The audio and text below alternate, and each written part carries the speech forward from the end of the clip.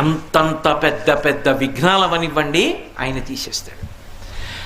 అది ఎంత పెద్ద విఘ్నం కానివ్వండి, ఆయనని తలుచుకుంటే మాత్రం ఇంకా విఘ్నం నిలబడదు, ఆ విఘ్నాన్ని తీస్తాడు. అందుకే ఒక్కొక్క దేవాలయంలో 2 విఘ్నేశ్వరులు ఉంటారు, 2 వినాయకమూర్తులు ఉంటాయి.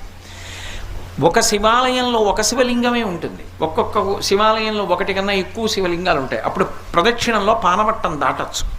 సరే, ఇప్పుడు శైవాగమానికి సంబంధించిన విషయం ఎందుకు, కానీ వినాయకుడు సాధారణంగా ఒక్కడే ఉంటాడు, ఉండాలి కూడా.